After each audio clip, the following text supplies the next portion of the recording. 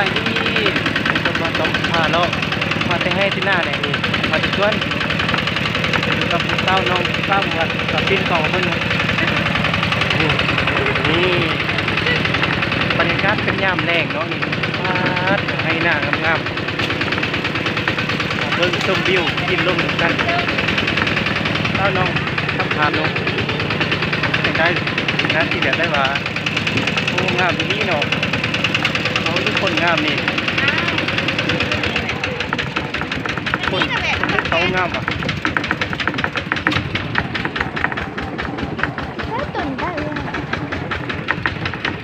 คอมเมนต์เด้อเขาหรือคนงามแล้วเราวิ่งน้ำบ่อดูมาจะให้ได้หน้าเลยดิเอาน้องหนึ่งครับวันที่ไปดู